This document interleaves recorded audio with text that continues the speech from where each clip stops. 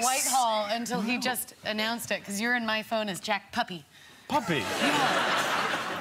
Jack and I met on a magical night out when I humiliated myself more than I've ever had before.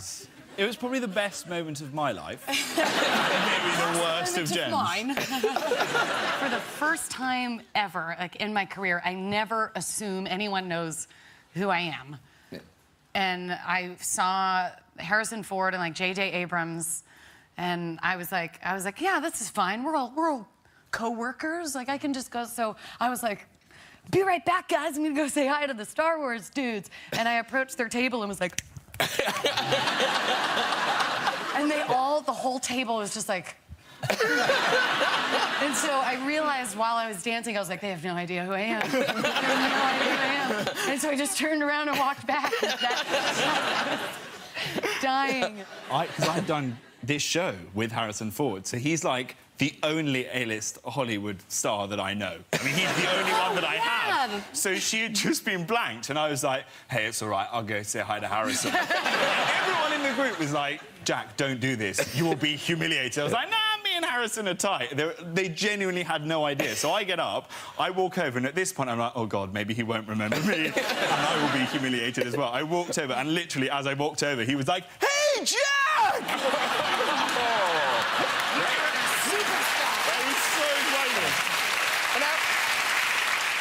So you guys, obviously, you're now... Is this the beginning of the X-Men Press World Tour thing? Yeah, the Juggernaut? Yeah. I like to call it. Yeah, no, this is the beginning. We've done 2 days of chatting and chatting and chatting, but it's been good, isn't it? I've been with you. Yeah, it's been nice. We've had maybe a little bit too much fun.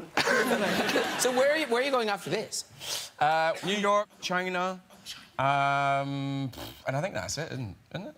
Yeah, I'm not doing it. You're not doing China? No. I lied and told him I'm on a movie. But now, have you sorted out all your visas? Because I know, was it when you were auditioning for the first X-Men? Oh, my God. Yeah. Was it, you had to come here to do it? This is just like, this is just humiliate Jennifer Day. I was auditioning for the first X-Men. My passport was expiring under 6 months, which apparently you're not supposed to travel, blah, blah, blah. So they were like, whatever you do, don't tell them that you're here for work, because they'll ask for a work visa. Say you're here for pleasure. And I'm like, oh, my good God. I have to lie to a customs officer. And so I'm working myself up so much through the line. I'm like, okay, I just have to have a backstory. I got a backstory, and I have to believe it. And so it gets there, and he was like, business or pleasure? And I was like, pleasure? What are you doing for pleasure? My brother's getting married. And he was like, where's he getting married? Wimbledon. Is he American? Yes. Do you have an invitation? No. Are you telling the truth? No. I have a work visa, and my passport expires, and I'm not even supposed to be here. And then I had to sit in a tiny little jail for like 5 hours while they called my employer. I felt tiny. But Jack, didn't you have a problem going the other way? Yeah, I've just been in New York to do some press in New York. And the man at the customs that stamps the passports, he was like, what is your occupation? And I was like, comedian. He was like, are you as funny as Jerry Seinfeld? I was like, no. He was like, correct.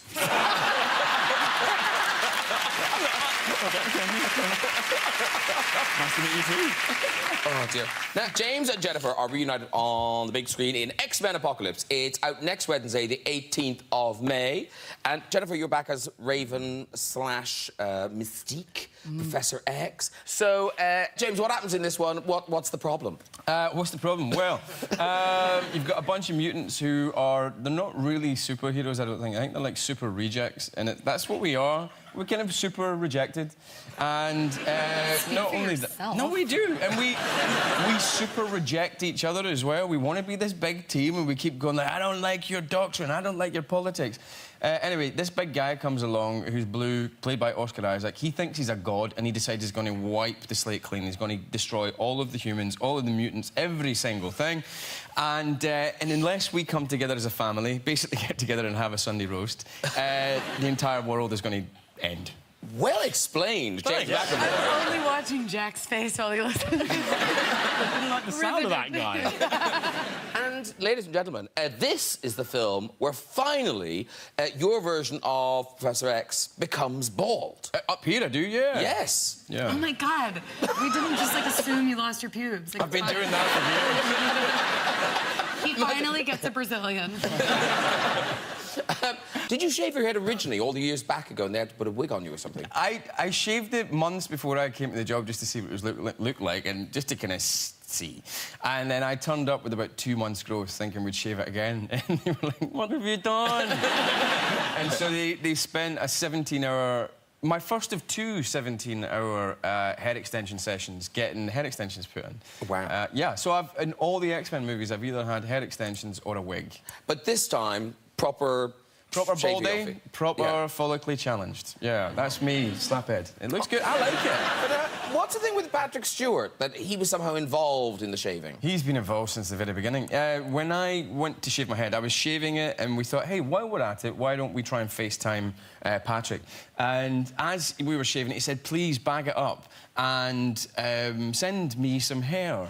And I could use it. And we thought, ha, ha, ha, ha, that's funny. And then we just walked away, and the hair was on the floor and all that kind of stuff. Turns out that the director did bag it up, and he has all my hair at home in a safe, which is kind of creepy, really.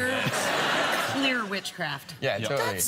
Why would he do that? Well, I think... I don't know, but I just hope We've asked ourselves that a lot. Yeah. We've got a Is he few stuffing a different pillow ideas. with it? What's he doing? I think he made a merkin out of it.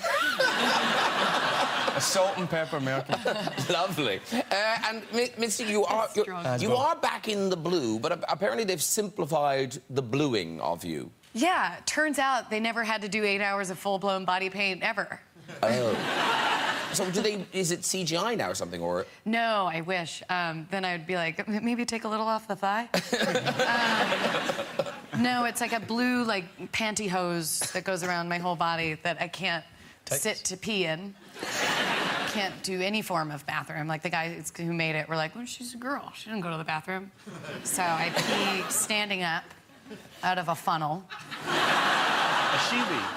Yeah. I've actually I've burst into her bathroom with a BB gun while she was trying to pee in her funnel. He pelted me while I'm like, it's so hard to do because you have to stop while you're in the middle of peeing to let the rest of it go out. Like, that's a whole scientific process. And so I'm like trying really hard, and like there's a lot going on, and then he burst in and started pelting me, and it wasn't fair because we were all shooting each other with guns.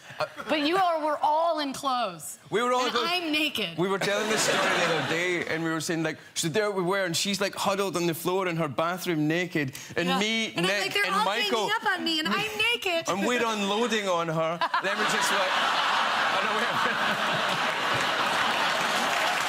Trust me, you're gonna want to see this X-Men. It's a whole different thing. Yeah. Listen, we've got a clip. Now, sadly, this is early doors in the film, so you've still got hair, and But what hair? Beautiful hair. Thank you. And you're not blue. You're Raven. So Okay. it's Raven returning You to... sound disappointed. No. Okay. No, it's all good. All right, yeah. This is Raven returning to the school. What's wrong with you? Listen, between the pair of us, that is some serious hair. That was a lot of hair. At least you can tell what gender you are by your voice. I can't stand hearing my voice. I'm like, no. I'm also a wildly bad actor. Did we see that? I'm the only one that sees that. You're the only one. you. You're the only one. Oh, no, now there's going to be tons of comments tonight. I'm a wildly bad actor. I've only got 3 Oscars. It's hard for me. You won an Oscar. I got nominated and didn't win a TV Choice Award. Stop bragging. I know. Now, here's Nominated. the thing. Danny Dyer won it, so... Wow. So you've talked about the BB gun, but you've also done... did you do a punching game? This is her game. She invented this game. What? Oh. I know. We're so close. Don't touch me. Get away from me. I just wanted to protect my drink. She taught us this game. I brought it. You did bring it. We used to do it in the Hunger Games in like a normal way because you're bored. You know, you spend minimum 12 hours on set. Yeah. So it's like, you know, you see the circle, you get punched. And on Hunger Games, it's normal. I brought it to these psychos. And now it's truly dangerous. Did you look? That's normal. And that was light. That's terrifying. That was light. I find God, that is terrifying. this what a vagina looks like? Now I'm looking. So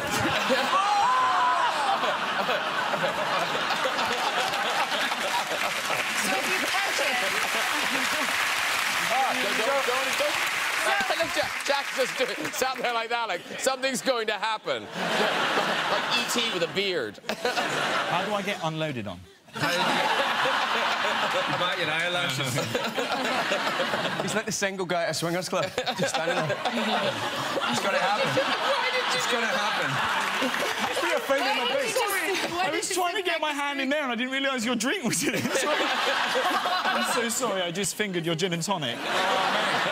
You've got no idea what darkness you've just got yourself into. But now, Jack Whitehall, on League of Their Own, you also do pranks, but they're not punchy. You would think they'd be physical. No. But they're mostly phone-based. Oh, yeah, phone-based. Yes. So we went on a tour of the US, me, Jamie Redknapp and Freddie Flintoff for a League of Their Own. And the game of the tour was to steal each other's phones and send messages. So I got hold of Jamie Redknapp, who's the footballer. I got his phone, and he has a load of old footballers that he used to play with in the 90s when footballers were men. So I did a group text message to Stuart Pearce, a.k.a. Psycho, Dean Saunders, and Neil Razor Ruddock. Whoa. And I sent them a message saying, I've got 4 tickets this Friday to go and see Jersey Boys. Who's in?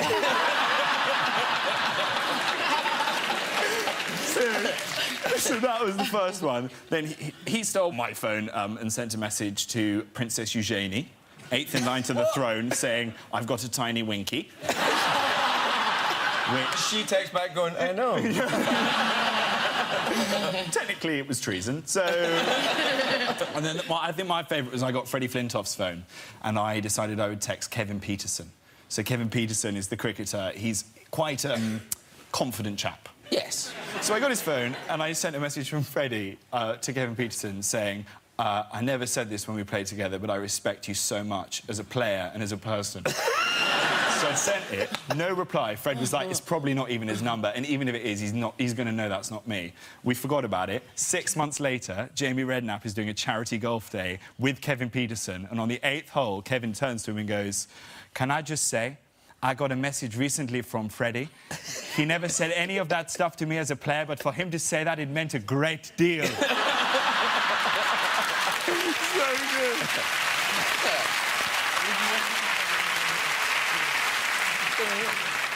Hey, guys. Sorry. It's a chat show, not a whispering show. We're just debating whether we should tell you this text message. So, I had Nick's phone one time. The first time I ever met her, she did this. Go on. Okay, so I had Nick's phone. Oh, there he is. And we were in a group message with Fassbender and McAvoy and Josh Hellman, another actor in the movie. And I was like... And so I wrote this, like, really serious and emotional text and was like, guys, this is super embarrassing. And, like, I knew how to, like, kind of write like Nick, like, instead of cause, like, A-U-S-E-C-O-S, Coles. Yeah. You know? And I was like, I know this sounds silly and this is really embarrassing, but have you guys ever, like, God, this is so embarrassing, lactated from your nipples? And all of them wrote back. James was like, dude, that sounds really serious. So honestly, like, you should go to a doctor. You might have a hormone problem. Fassbender wrote back, I don't see what this has to do with anything. Dude. If I was in the X-Men, that would be my superpower. Mammary man. And now, very quickly, I've got to ask you, lots of rumours that you guys are now dating. X-Men'd out. We're done. You're ex-X-Men. We're over. Are you? No, it doesn't even matter if we say we are. Yeah, I don't see what this has to do with anything. No, well, look, if they write good stuff for us, and if, like you always say, if schedules work out, and if they pay you enough money, then yeah. No, that's first. Everything is possible. And Simon is right here. You hear Simon? Who writes it? Where is Simon? He writes incredible stuff. So if he keeps writing incredible stuff, I'm sure we're all going to do it. OK. And I was deadly serious. I would play someone that spews milk out of the tits. Just make the baddie lactose intolerant, and actually, I'm in. Yeah.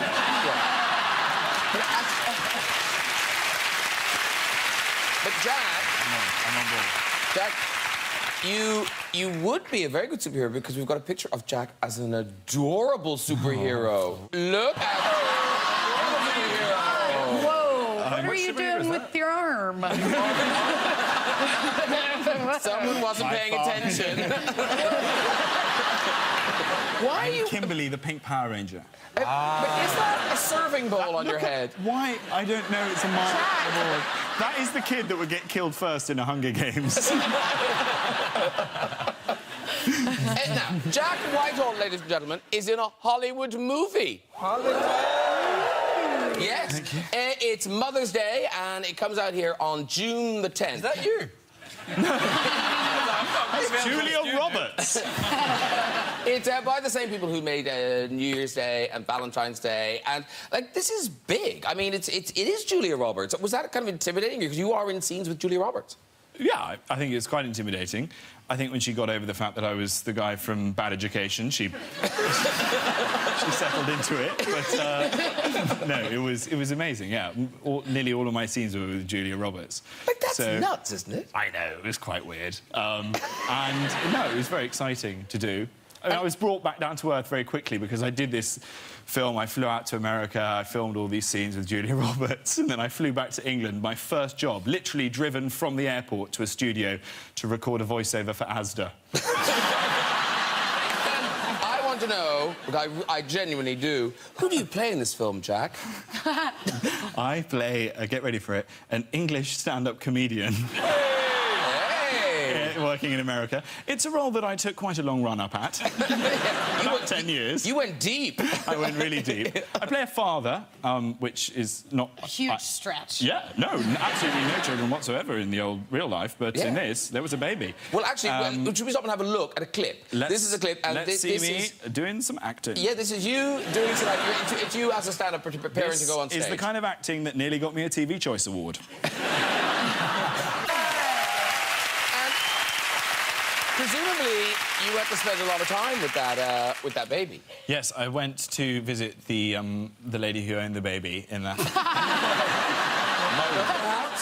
And I had to learn how to change its nappy for a scene. So I had to do that for an entire day, changing these nappies. You get an entire day of changing nappies? Oh, it's so hard. And they're wriggling around and it's kicking shit in your eye and you're... So I did it all, then went to see the film and they've cut the scene where I changed the nappy. Oh. So my dad's quite old, so I might have to use it quite soon, right? Now, here's the... You, as a little boy, Jack, it does seem you were slightly up... did you have any normal clothes? You just seem to dress up all the time. Oh, my God. Your producer asked me for one photograph of me as a Power Ranger, and I gave her my mother's email address. And clearly my mother... That was a huge mistake. That's just free rein to give you every photograph that has ever been taken of me. Wait to see what's coming up. But you were slightly obsessed by Robin Hood. I loved Robin Hood. This is a video of your circumcision. I'm kidding. You're British. We know you're not circumcised. No, Robin's Hood is very much on.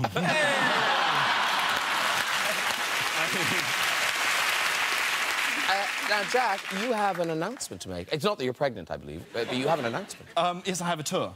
Yes. I'm going on tour next year, doing some stand-up comedy. Thank you. One lady is coming. Fantastic. But this tour is 2017. 2017, yeah. Wow. So I got the dates, because I always forget them when I come on this show. February 2017, I start in Glasgow on the 2nd of February. Then Liverpool, Wembley... I'll just hold them up. Oh, yeah. There you go. And oh, my God, he's going... He's all over it. Yeah. Tickets on sale on... Yeah, you can't actually book now. No, you can book on the 20th of May. Yeah, so that's... The 25th, 2016. Yeah. Oh, sorry, yes, you have it there. Coming. There you go. You're coming with that. Now, presumably this tour will be... it's a British tour. It's a British tour, yeah. Because you're not keen on anywhere where there's a language barrier.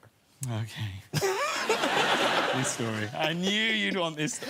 Yes. Well, no, I'm not great with the old language barrier. I was in Spain, and I was in a restaurant, and I needed to use the facilities in this restaurant.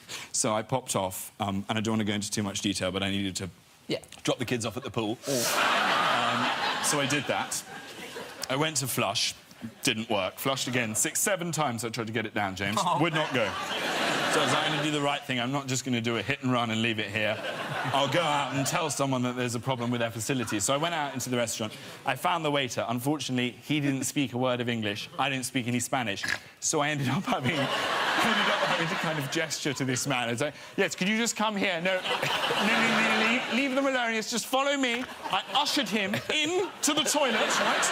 I pointed at my poo. I went to flush. It went down straight away. How weird did I look? Like I just invited him into the toilet to say goodbye to my shit. Come on, let's give it a proper send-off. Flush. Rule Britannia. Can we fly in a tissue for this young woman? Oh, yeah, can we... a tissue. Where's the bodyguard? I've made her lactate. We need some... Oh, no. Oh, my God, I'm so organised. Wow. Is it weird that you've got a box of tissues right beside your computer? I think it's very odd. Welcome to my home. Right, it is time for our next guest. This man has given us some of the most memorable movie characters of the last 25 years. Edward Scissorhands, Willy Wonka, and, of course, Captain Jack Sparrow. Now he returns as the Mad Hatter in Alice Through the Looking Glass. Please welcome Johnny Depp!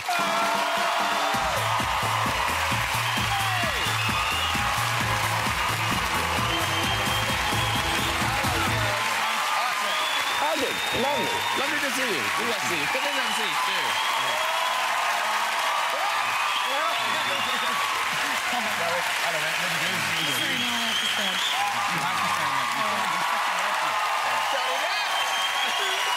It's exciting. Have a seat, too. Have a seat. Lovely to see you. How are you, sir? I'm all right. Good. Good. You're very welcome. Do you know all these people, or is this a meeting? This is a meeting. Oh, lovely. Who is this? I want you to know that I can't not see you on the toilet. I'll have to cut off your jib. You've got a slight erection right now. Yeah, I do. Yeah. I'm just glad Johnny wasn't out for the awkward customs chat at the beginning. Oh, yes. Awkward customs? Our customs stories, No, listen. My gerbils are clean. Now, there's been stuff in the papers. I don't know if it's true. Are you moving here, Johnny? Is this the move to Manchester? Yes. It's possible, I guess. Okay. I mean... Have you gone to see a house in Manchester? No, I haven't. No, I've actually never been to Manchester. I'm sorry, I've always wanted to go, but... Yeah, no, I've never been. Okay. But I'll take a house there. I mean, why not? Do it. Yeah. You did, yes. Apparently, I already live in Bath as well. Oh, really? Yeah, I was seen buying spatulas and stuff. Good. That's a very good celebrity sighting. Johnny Depp buying a spatula in Bath. Yeah. It might be my favourite of my own. Now, you're in town because the new movie, Alice Through the Looking Glass, it's coming out on the 27th of May. I knew the first movie was a success. I didn't realise how big it took. Over $1 billion. It's one of the most successful films of all time. Is that right? Yeah. What? Which one? Alice, More than an X-Men? More than anything. More than bad education? Yes. Yes. Alice Through the Looking Glass. You return as the Mad Hatter, and in this one, Alice is travelling through time. Yes. Okay. And everyone's back. Matt Lucas is back, Helen Bonham Carter. But Sacha Baron Cohen is in this one. No, he's not back. No, he's not back, but he's in it. He's in it. Who? Oh, yeah, of course he's in it. Yeah. Yeah, Sasha's, he plays time. He plays Father Time, basically. And it was... We've known each other for a good long while, and I've always admired him, you know, back since Ali G. And so... Why is that funny?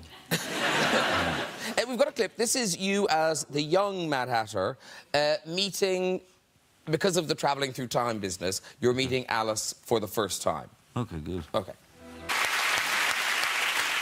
Now, we know you do this thing as an actor, you love transforming, you like kind of being consumed by characters. Like me. Very like you. As the English stand-up comedian. Yeah. We're gonna hide together in costumes. Your latest one is phenomenal. This is a picture of Johnny Depp as Donald Trump. What? Oh! Isn't that amazing? Wow. What was that for, Johnny? Oh, my God. That was just for me. It was my... You want like to know what it felt like to be that awesome? How was the weekend? I never thought I wanted to kill Johnny Depp before. I can only say that you should. How did it come up? Did you already do a Donald Trump impression? No, and I had no idea if I could or not, and I still don't. But I mean, this guy, you know, Adam McKay, who I admire greatly and who's one of the funniest humans alive, we had a meeting and we were sitting there talking, and he said, how would you like to do a feature film in 4 days? And I went, I like that idea. And then he said, how would you like to play Donald Trump? And I loved that idea. I didn't care if I knew if I was capable or not, you know. I wanted to try, so... Yeah, so I did my bit as Donald Trump. You don't want to be Donald Trump. Because the way he speaks is very specific. Yeah. Were you telling all the Mexicans to get off set?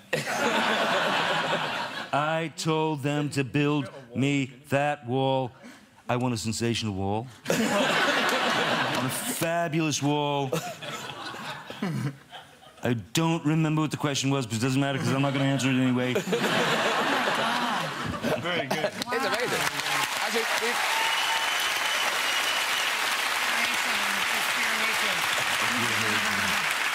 Actually, have you met the Trump at all at things, Jennifer? I haven't. No, I was at a concert that I heard he was attending, so I had my full security.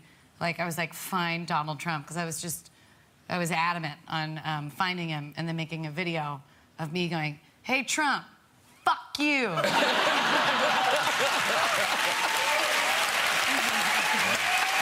wouldn't rest until it's found. And I think he knew I was looking for him. Now, one of the things about sort of being Johnny Depp is people must, you know, want to come up and say hi, they want selfies and things. And I just wonder, do you have any sort of sympathy for those people? Because how young were you when you met Iggy Pop? Your band was supporting him? Is that how it happened? Yeah. I was 17 years old. We were on tour. We sort of did a lot of opening act stuff, you know, around, and we had 2 shows with Iggy Pop in Gainesville. So I mean, Iggy was one of my heroes, you know. And so I'm 17 years old. We do the gigs with Iggy. It's the second night. I know he's splitting. I'll never see him again. I want to meet him, but I don't want to go. I'm really a big fan of your music. And I don't know. It's just, you know, I needed something different. So I got, you know, incoherently drunk. Pints of, like, vodka, just to work up the nerve to say something idiotic, which you shouldn't have to do. So, yeah, he was walking around with a beagle. I don't know why. After the show, you know, lights are on. He doesn't know why either. So I thought, I'll get him. And I just started screaming, Iggy Flop! Piggy Slop! And a few other God knows what, you know, I'm not sure what more rhymes with that. So he walked over to me with this beagle on a leash, and he got like that close to my face. And I'm looking at Iggy Pop's blue eyes, and it takes so much time, and he just says, you little turd.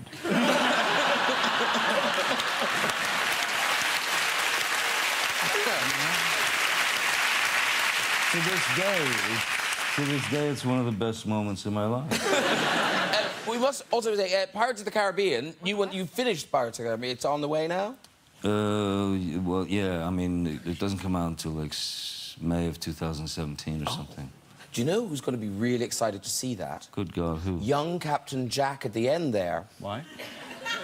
Oh, for God's sake! Why is she giving you every person? Oh my God! Did you own any regular clothes as a child? That's my granny and granddad as well. I made my granny and granddad come as sailors, and my granddad looks like he's in a Jean-Paul Gaultier advert.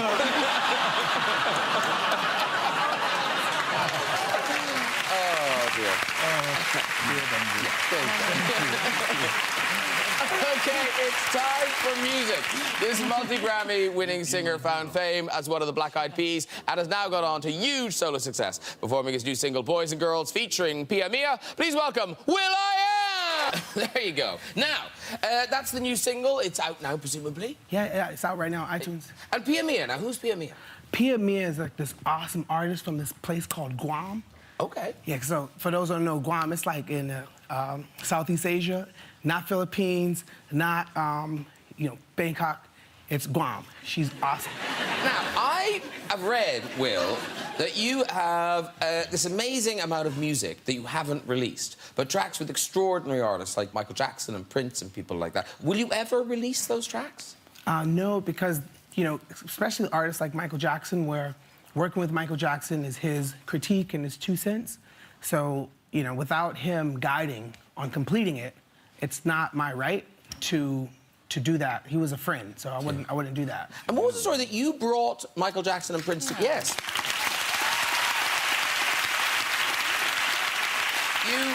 You brought Michael Jackson and Prince together. Yeah, so one time we had a show in Vegas, and Michael Jackson called. Hey, what's Michael? Like, hey, Mike. Yeah, so I heard you guys are doing a show tonight. Yeah, we going at 9 o'clock. Oh, rats, so I gotta put the kids to sleep. So I was like, well, I'm performing with Prince later on at 12. So anyways, Michael came to see me rock with Prince. And it was a magnificent night to see. It was me, Chris Tucker, and then watching me, Chris Tucker, Michael Jackson, watching Prince rock on stage. So to make a long story short, Prince steps off the stage and plays the bass in Michael Jackson's face. Rips the freaking bass in 10 different pieces. Make a longer story shorter, Michael Jackson leaves and goes home and says, meet me in the house for breakfast. So I go to his house for breakfast, knock on the door. First words he says, why was Prince playing the bass in my face? What was your answer to that, though? Because he's funky? Like, no, Prince, he's just being nice, No, Prince, he's always been a meanie. But bless their hearts, they were so passionate. And, we've lost great musicians. Yes, no, we really have that. And very quickly, The Voice, obviously going to ITV. Are you going to ITV? I've been thinking about it. Because I really love the UK so much. Yeah. I practically live here. Yeah. Except my passport doesn't say that. But so you're here for a wedding. If Trump's for real, then I'm British all the way. So many Americans have said that to me. Yeah, it's real stuff. Trump is here. No. Don't point at me. Hey, you have a wonderful, sensational approach to your life and your music. Because I would like you to build a wall.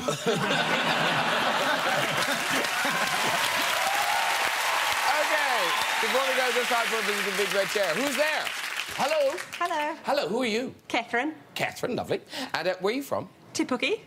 What? Where's that? It's in New Zealand. Oh, of course it is. It's the kiwi fruit capital of the world. It's the what? The kiwi fruit capital of the world. Oh, Jesus. Who's next on the red chair? Nicole. Hello, Nicole. Hello. Where are you from, Nicole? Sydney. Sydney? Are you here on holidays? No, I live here. Really live here? Yeah. With a visa and everything? Yeah. Okay, well done, you. What do you do? Teacher. Oh, right. Small children? Big ones. Oh, right. What do you teach them? PE. Okay, off you go with your story. Okay, so I was at a music festival and I met this boy and I kissed this boy, but both of our phones had died. So I had my pen, I wrote my phone number and my name on his back. The next morning, I woke up with a text message saying, hey, found your phone number on my boyfriend's back, just wondering what happened. Oh! Good story. You can walk. That's a great story. Wow. Wow. Well done, everyone. If you'd like to join us on the show and have a go on the red chair, you can visit us on our website at this address. That is it for tonight. Please say a huge thank you to my guests, will.i.am, Jack Whitehall, James McAvoy, Jennifer Lawrence, and Mr. Johnny Depp.